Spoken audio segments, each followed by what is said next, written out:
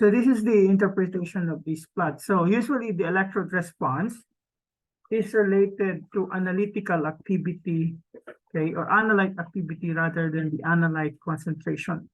But we are usually interested in what? The concentration, okay?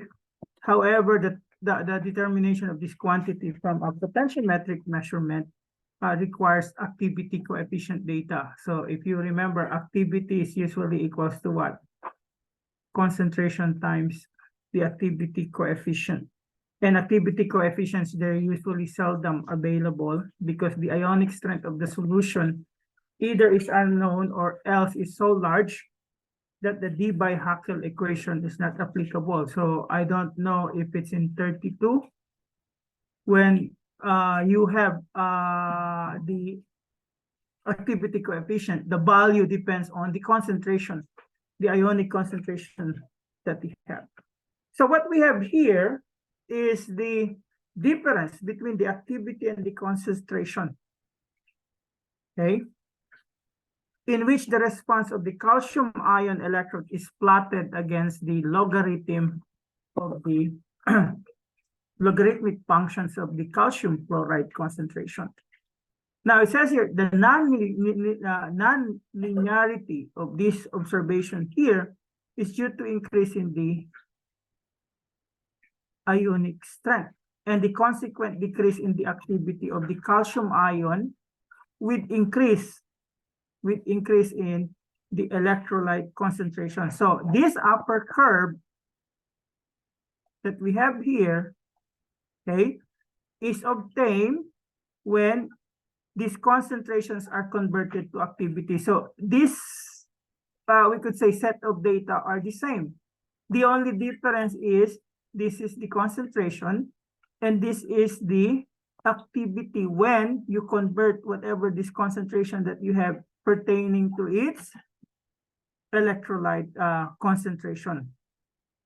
Okay, so that's the difference that they have between this one. The response of the liquid membrane electrodes to variations in the concentration and activity of the calcium ion. So this is just what we call the same set of data, one in terms of concentration and one where you convert the concentration with respect, okay, to the ionic coefficient to get the activity. So yun yung ano dito, yung main point, because the source where I use this one is initially didn't explain it, okay? So I have to look at the main source, which is the Orion. Orion is the company that use this what we call electrode. Okay. Now we all know in the potentiometric pH measurements, the pH of the standard buffer used for calibration is generally based on the activity scale. So if the unknown sample has a high ionic strength, the hydrogen ion concentration will differ appreciably from the activity measured. And this is how it being shown. Okay, if you have a concentration and compare it with the activity, iba yung reading na makukuha mo. Okay, so for this what we call approach to be successful, it is necessary to make activity, to make the ionic composition of the standard essentially the same as that of the analyte solution. And this is where we introduce the so-called T-sub. So what happened is we match the ionic strength of the standard so that the sample, which is often difficult to measure, or the condition is not really as simple as we think, okay?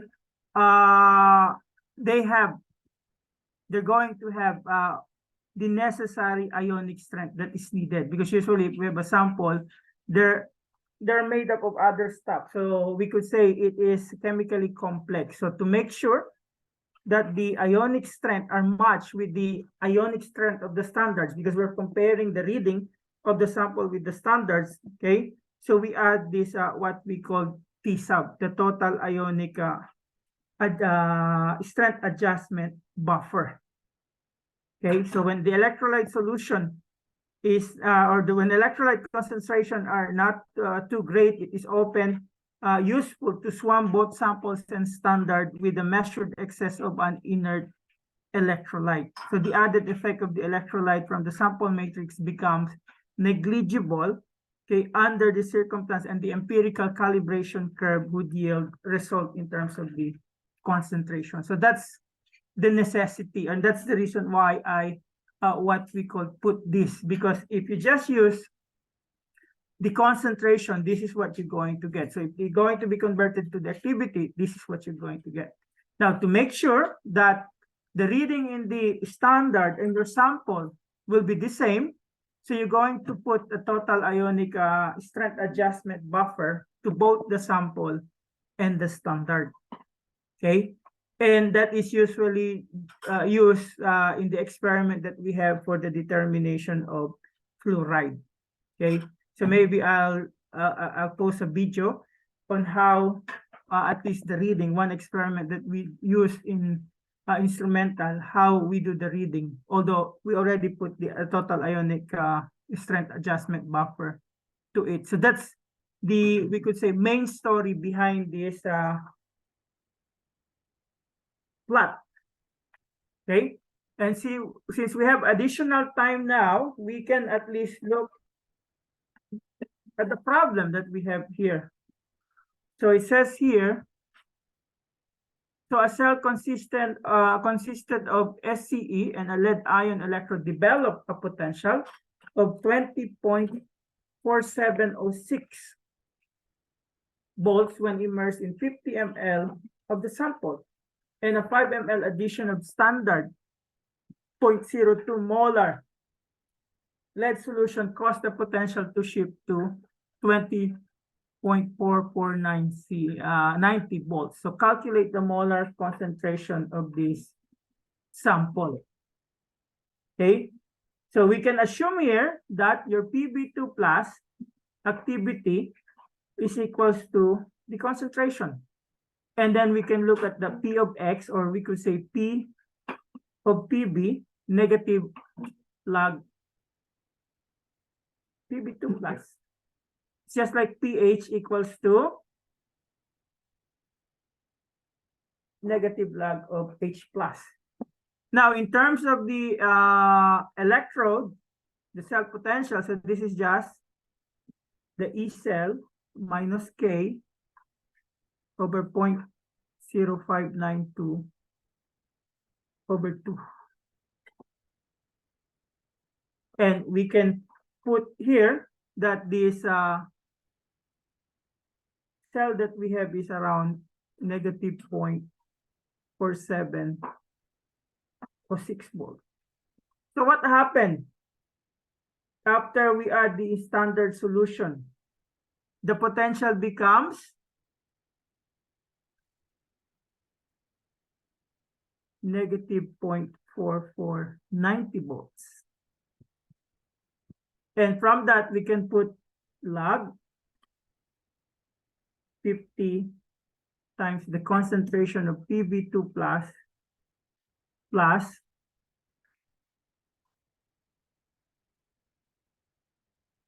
ml times 0.20 over, what's the total volume that we have here? 50 plus. So this is just similar to what? What concept? Anyone? Standard addition po, sir. Okay, so this is just concept similar to standard addition, but using cell potential. Okay, so in this side, we still put, so this one now becomes your new cell potential after you add the thing. Minus K over 0.0592 divided by 2. And then if you're going to do the calculation here,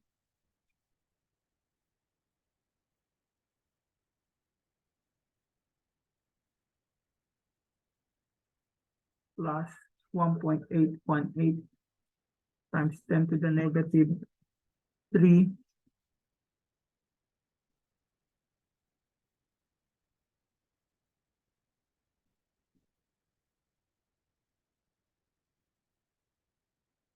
and then if we subtract this equation from the first, okay, it leads us to what?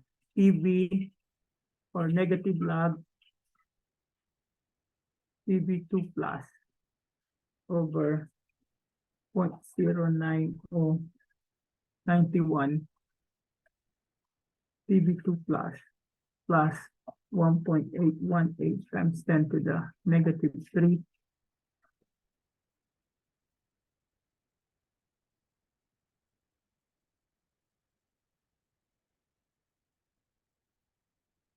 over 0.0592. So we transpose these two on top of this thing here. And we can get a value here. Okay. We're going to convert or replace this with negative 0.4490 minus negative 0.4706. And what do we get the PB here on this side?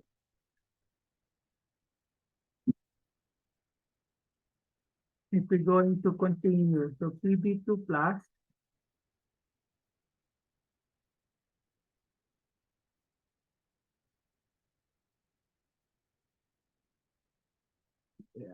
sa labas.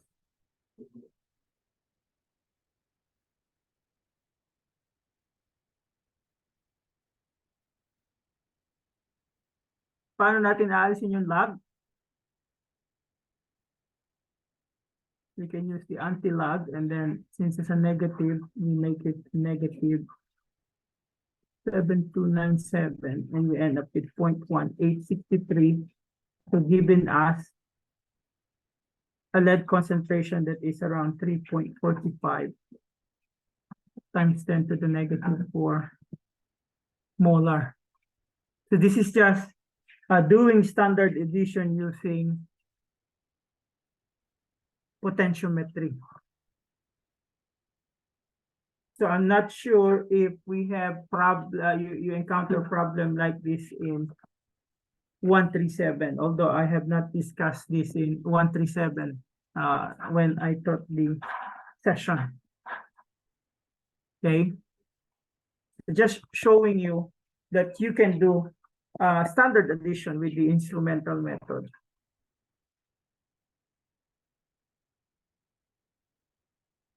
It's just showing you a calculation here.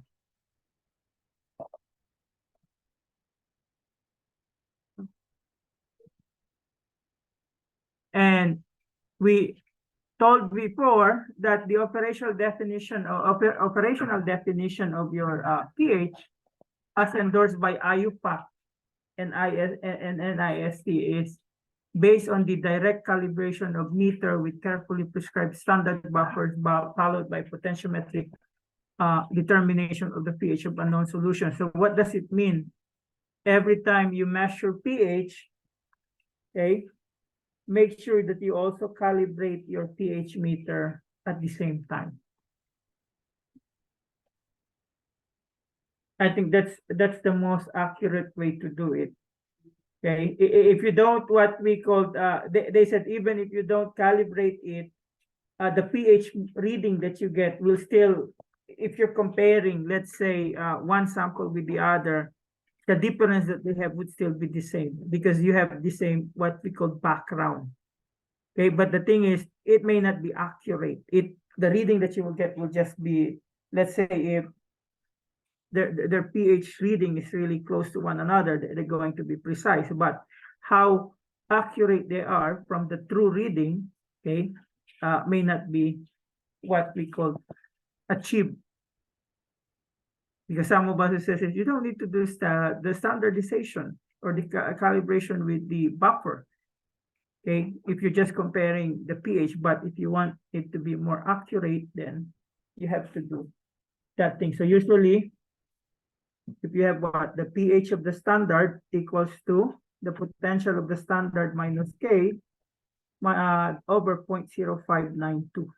And then the pH of the unknown is equals to the potential of the unknown minus K 0.0592. And if you're going to look at them, the pH of the unknown is just equals to the pH of the standard minus the potential of the unknown minus the potential of the standard over 0.0592.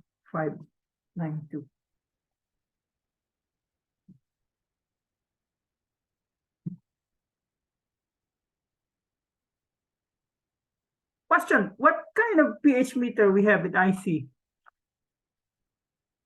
Yung dalawa or isa? The one that you have experienced. Yeah, ano yung the old one?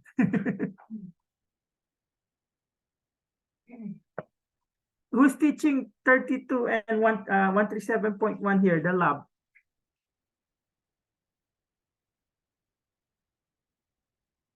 Wala sa inyo nagtuturo ng 32 lab? Or 137.1? Or 32.1 na ba yung lab ngayon? Mga 0.1 na yung mga lab? May pH meter ba sa 32.1? Minsan po sir, pen type lang po yung pinapagamit. Pero meron po yung tabletop, parang one electrode lang. Ay, yung combined na po ata siya. Because I think during our time, it's 2. Okay. Yung potential stat, kung saan siya nakalagay, yun yung mas mahal. Okay, if you're going to look at it here, see that? So meron pH meter parang ganito, dalawa. Meron pen type lang. Teka lang. Guru, ano ko sa group chat because I took a photo of some of them when I was there in the lab. And I think the fluoride meter by next week makukuha nyo na yun. Di-deliver na daw ata kaso tulog si Sir Mix nung dumating kaya hindi na-deliver. Because I think I put the where is that?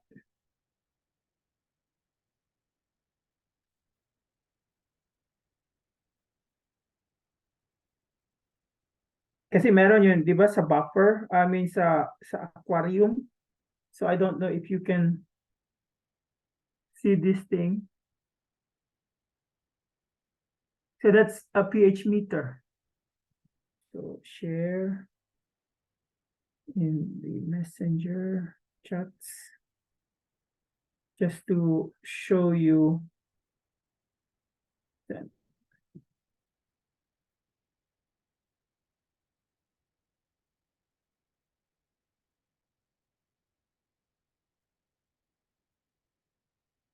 And then try to share to you also yung nasa potentiometric titration na.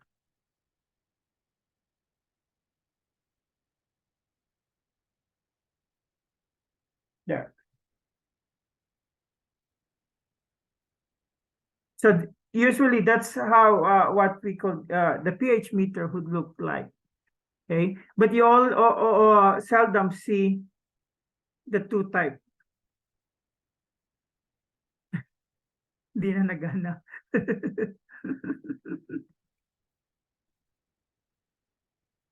Ang mahal dyan ito eh. This one. This one is, I'm not sure, pH meter I think is around 300, 400. Pero pag fluoride, nakita ko, yun yung ano, yung mga 1,500 na.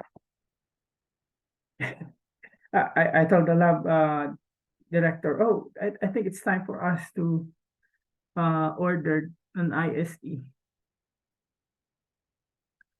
And I said, just tell me how much it is and I'll order.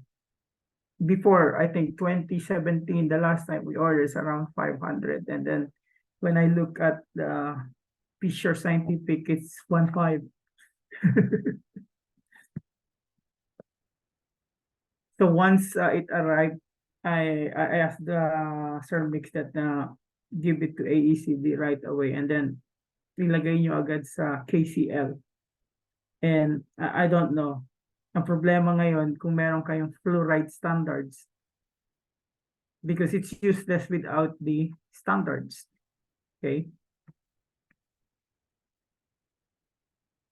So at least you have an idea how it looks like. Now, useful din siya if you have what we call the doing potentiometric titration. That's why I asked last time if you do a potentiometric titration, but most of your titration are just what? Volumetric, all in the visual changes, not in the one with the, let's say, a pH meter or a pH meter with a silver wire that's also being used. Okay, and I think I sent a photo in a group chat how we do this silver titration, the argentometric titration. Okay, so potentiometric titration, they're not dependent on measuring absolute values of the cell potential. So usually potentiometric titration results depend most heavily on having a titrant of accurate known concentration. So usually this is how this set looks like. And we use what we call a combination pH electrode. Tapos sa kabilang side yung burette, and then you have a magnetic stirrer. Okay.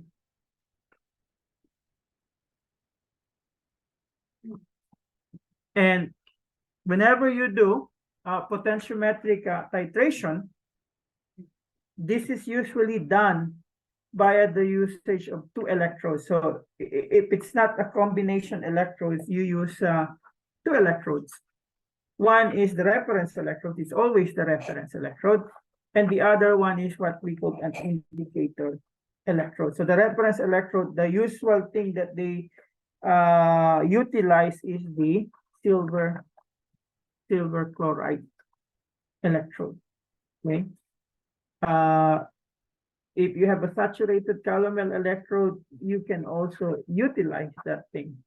But between the two, the one that is common is the silver chloride electrode. So 1/2 cell, we could say, is formed with the indicator electrode and the ions of the analyte, which is generally an electrolyte solution, and the other half is formed by the reference electrode. And if you're going to look at the overall cell potential, so the cell potential is just equals to the potential of the indicator electrode minus the reference electrode potential plus the potential of the electrolyte solution. So the potential drop between the indicator and the reference over the electrolyte solution that is given by the solution potential. So usually this is how a typical potentiometric titration plot would look like. Okay, if it's a pH, it would be the other way around, especially if you're adding what? NaOH. Okay. But if you're adding, let's say, an acid to a base, it could look like this one. And you can use this in these 4 types of titration. So I think all of you has experience using this one. Do we have this at Gen Chem level there? Or hanggang ano lang, phenolphthalein indicator lang sa Gen Chem level yung acid base? Wala na Anyone? rin pong acid base ngayon sa Gen Chem, sir. Even Nasa 32 titration? na po. Yes po, nasa 32.1 na po siya. Tapos ano pa? Volumetric lang. Yes po. There's no pH meter. Potentiometric po na, meron naman pong kabilang exercer. Bale, volumetric tapos merong may pH meter din. Okay, that's good. Because we're doing this at Gen Chem level. Okay, redox titration, we have a Gen Chem level. The one that we have is the classic, the bleach determination. Okay. Now, complexometric titration, usually we only do volumetric, and this is the classic EDTH. Okay. Now, precipitation titration, we just did it, but again, this is also like volumetric, at least at phase, but the one that I have shown you in the photo at your, the argentometric, okay, we use this pH meter with silver wire. And we get the potential. Okay. And later on, I will show you the, we could say, advantages or the difference between a volumetric and a potentiometric titration.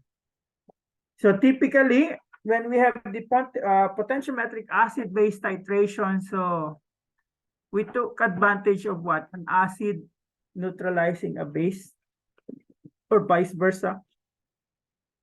So usually we know the concentration of the one in the burette, and then we either standardize or determine the concentration of our analyte, okay, in the what we call receiving plus.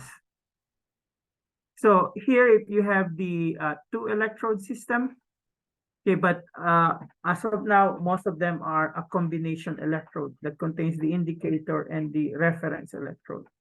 And they're connected with the potentiometer or the potentiostat. And typically, this is the raw data that you have. Okay. Now, you just see here the difference when you titrate your sample with NaOH. So here, there's no carbon dioxide, and then there's some carbon dioxide, and 0.02 of NaOH in the carbonate, and then with some of the air and to how it's being affected. Okay, so mas steep ang slope nyo dito if it's pure acid-based titration. Okay, now if you saturate it with or add it with some CO2 or air, it has an effect on this one. So we could say a study on looking at the effect on the presence of carbon dioxide in the sample. So if you're asked to do the titration plot of an acid base, so we could say this is how it looks like. Okay, the inflection point here is the steeply rising portion of the curve, and you take it as the endpoint. Okay. And further, you can look at the what we call additional use of endpoint is determine the first derivative. So if you do the experiment with pH meter, do you ask them to convert using Excel the raw data to first derivative and second derivative?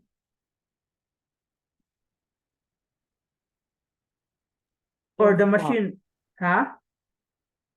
Sila pa po, sir, yung nagko-convert.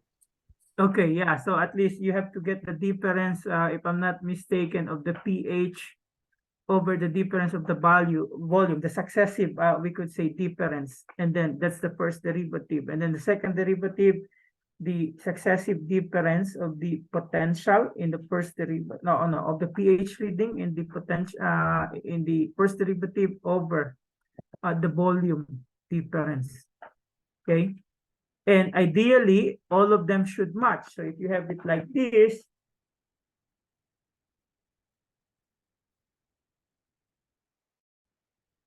yeah. So ideally, we could say they should match. Okay. Now here, some software that we have, the students don't need to do the calculation manually. With just the click, they can get, okay, the first derivative and the second derivative right away. Okay, but that's what we call a special software. We call it the Lagger Pro. So there's a pH meter that is attached to it. Kasi yung ibang pH meter parang link in a computer program. So they will give you the plot, and then you can ask it to be converted to the first derivative or the second derivative. So the students can do that right away. Okay, so ito tinatawag na automatic titrators. So other way of doing this is the grand plot. So grand plot is just this versus this. So the volume times 10 of whatever the pH, negative pH, raised to the negative pH of that solution at that given volume versus the volume of the base. Okay. You uses the data from before the endpoint to locate the what we call endpoint, because what happened, I hope I can, kaso wala dito, nasa school. So usually if you're going to look at that one, so before you have that, usually parang ganun yung ano data niya. So you're just going to select the portion near there. But the good thing about this grand plot, maybe you can incorporate it in your what we call experiment with the undergrad, is you'll be able to get the acid dissociation constant and the equivalence volume. Okay, the slope is the Ka and the x-intercept is the equivalence volume. So it's very useful. I'm going to send you the link on how we do this thing. But usually the one that we do in the experiment is the grand 2 plot. So the grand 2 plot would be, kung ito ganyan, yung grand 2 plot, it's parang ganun na data tapos magaganon.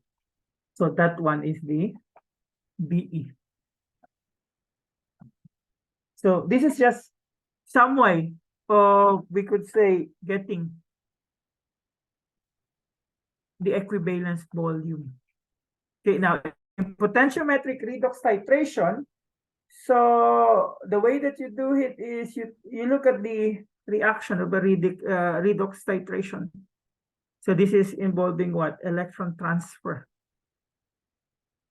So there's an analyte and a titrant that undergo a redox titration. So ano yung classic redox nyo dyan?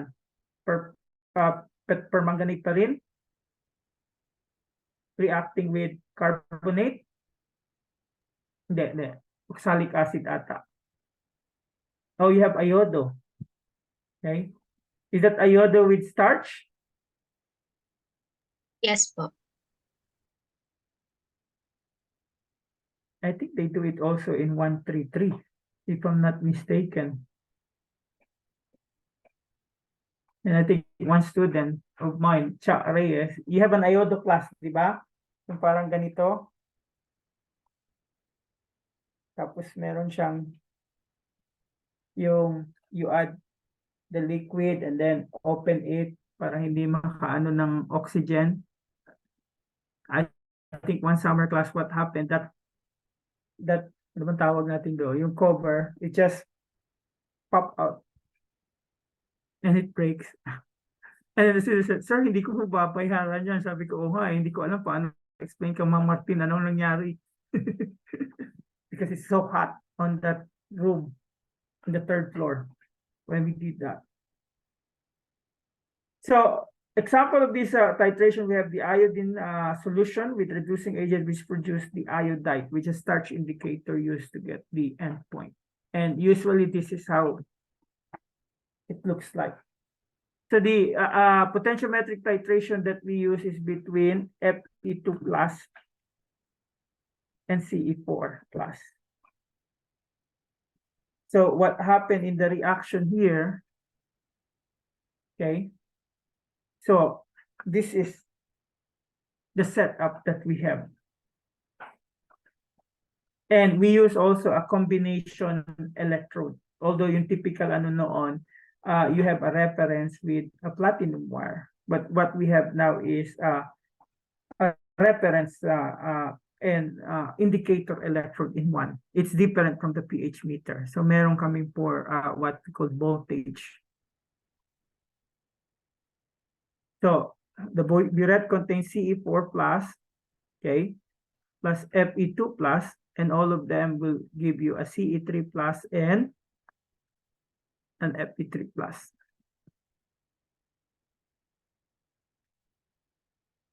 So in this type of what we call titration, usually the metal ions concentration are determined in the analyte. And now in the complexometric titration. So this is the one that has EDTA. Now we have not done EDTA using a potentiometric electrode. We do it the coloring one. So if you remember EDTA with magnesium or calcium. And what's the indicator then? EBT? Is it EBT that you use? Yes po. Although there's another one, the beta naphtol.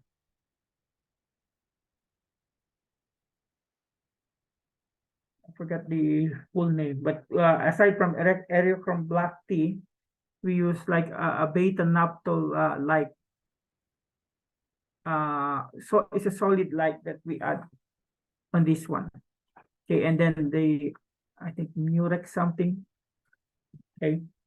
So when you have potentiometric complexometric titration, so it's just a kilatometry.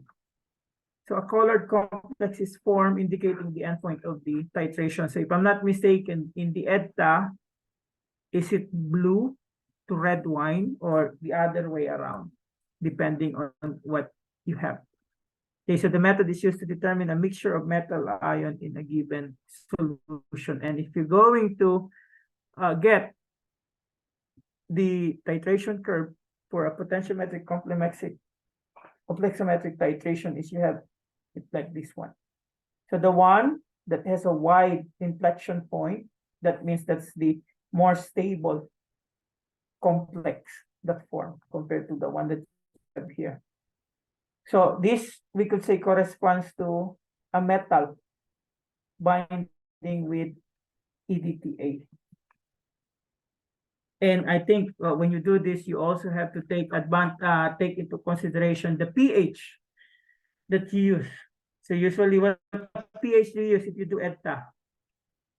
Is it basic or acidic? Basic. So usually it's in the basic form. Okay. Now, the last type of the titration that we have is the precipitation titration. And the experience that I have here is the one with the silver ion. So they have a mixture of iodide and chloride. So they're going to determine the percentage of iodide and chloride in the unknown mixture by reacting it with silver ion. Okay. And the way that they do it, the setup that they have is similar to this one. And then you may ask yourself, how do you know the endpoint?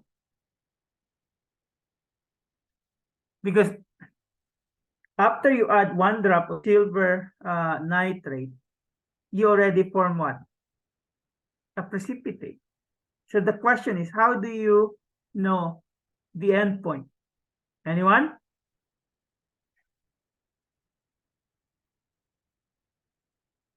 Because if I'm not mistaken, we also have this type of titration there, argentometric. I'm not sure if it's more or ball hard. Usually we look for the change in color, right? Ginagawa niyo pa yun? Now, what if it's just like that? So usually you monitor them, you monitor the potential, and what happens is you have this so-called drop. So if you only have one sample there, it's just one big drop in the potential. Now, if you have two samples there, then there should be what we call 2 drops. But unfortunately, This is the ideal one, but if you do the experiment, I don't know, maybe it's the kind of students that I have. They always ask me, Professor, where do the endpoint? I only see one big drop. But I always tell them, well, the mixture is made up of iodide and chloride. So you should be able to identify those drops. And then what if it just contains the iodide and the chloride? And then I'll ask them, how do you determine if it's just a chloride or the iodide? Because you only have one drop. Because in theory, this first drop pertains to what? BE of what? Iodide, chloride.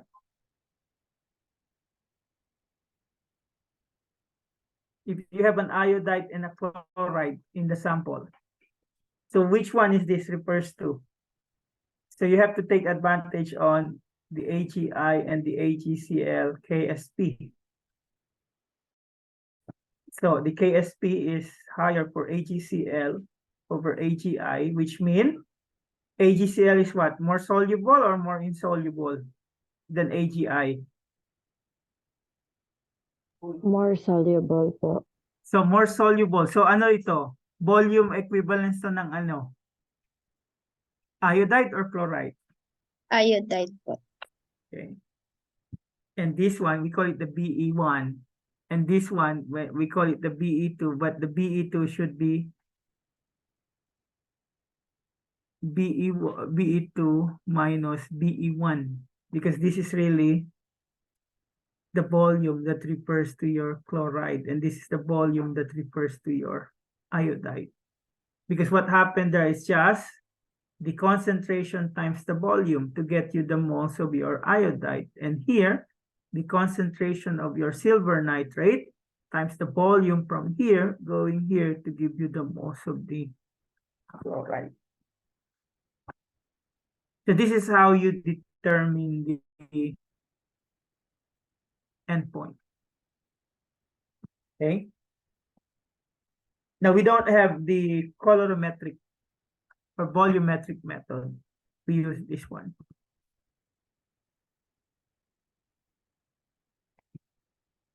Why did it go until the next page? Okay, so usually this is how it looks like. So you see here a big, this one and this one. So most likely you have here what? An iodide, a bromide, and a chloride. Now, if we're going to compare the two, volumetric and potentiometric titration, we could say these are chemical techniques used to identify the amount of unknown compound present in a given mixture. So they have the same function or role. It gives you the amount of the unknown compound. Now, the key difference between the two, volumetric measures the volume of analyte reacted with the reagent, where potentiometric measures the potential across the analyte. And between the two, volumetric is easy and quick compared to potentiometric titration. Sometimes you have to plot your potentiometric titration before you see the endpoint. So okay sana kung meron kang automated na plotter like most of us here, but in some of us we have to do it manually. Okay. And if you're going to look at the main difference between the two, so the definition measure the volume of the analyte with reacted with the reagent having a known concentration, and this one it's an analytical technique that can use to measure the potential across the analyte. So the one that is measured is volume for volumetric and potential potentiometric. So both of them would have the burette and the receiving flask, but in the potentiometric titration, you need a potentiometer. So one is easy and quick, the other one is difficult and time consuming. So that's the difference.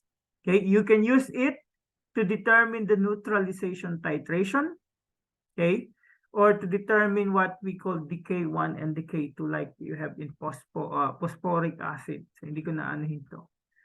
Okay, yung mga problem dito. So there's some problem here. So I'll just go with the application. So in terms of application, kaya siya naging commercially available is it's useful. Okay? For clinical chemistry, like your calcium, as I've discussed last time. So ISE, they're important sensors for clinical samples because of their selectivity for the analyte. So these are the most common ones. You determine it in some of your what we call biological sample. Now for environmental chemistry, you need it to measure cyanide, F- in wastewater treatment plant, ammonia, and nitrate. Okay, they use that.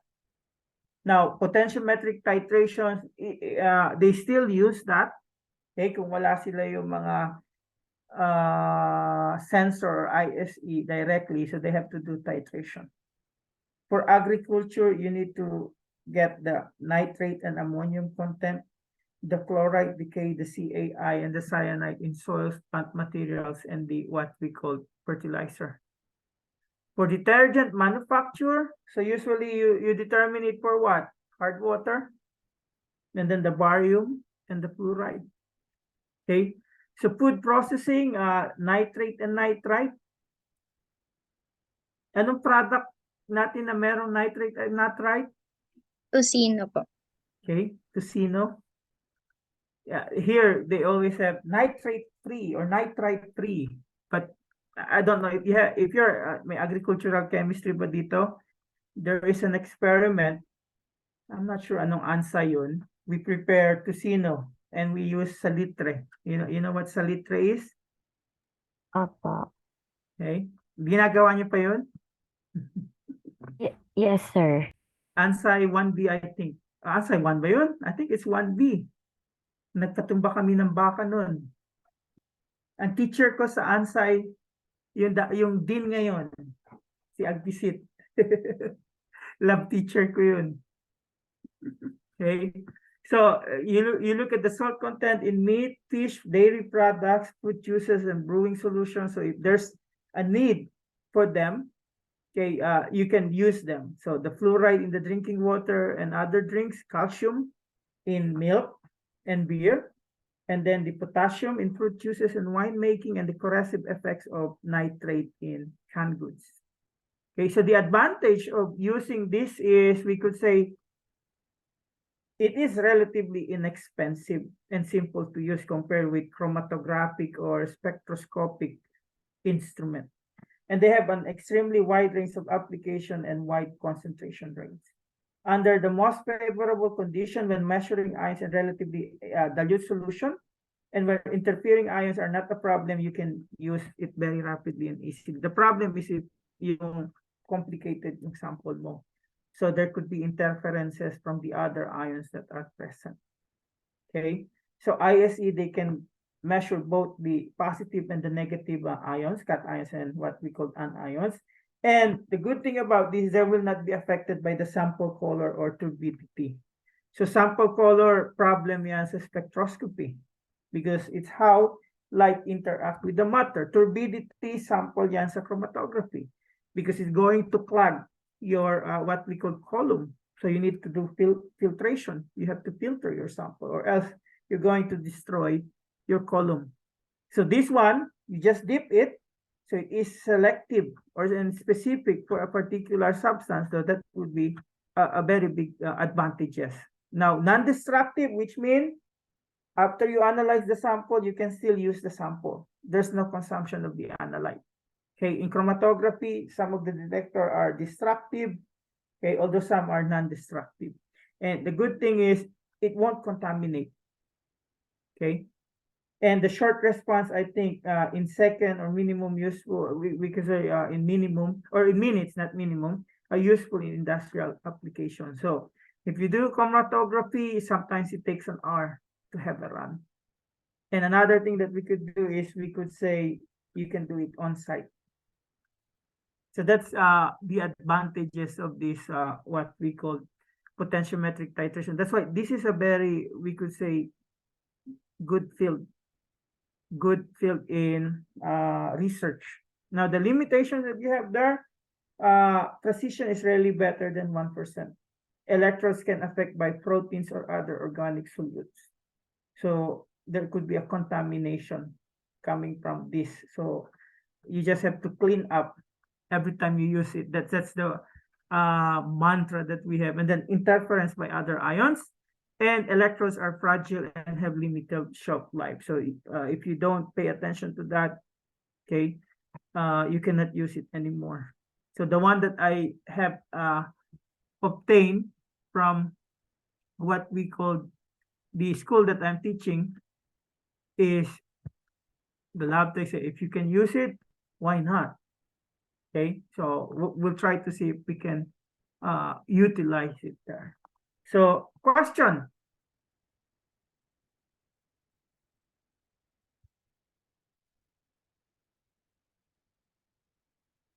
Question? Anyone? Although overtime na tayo. Have you started writing the thing?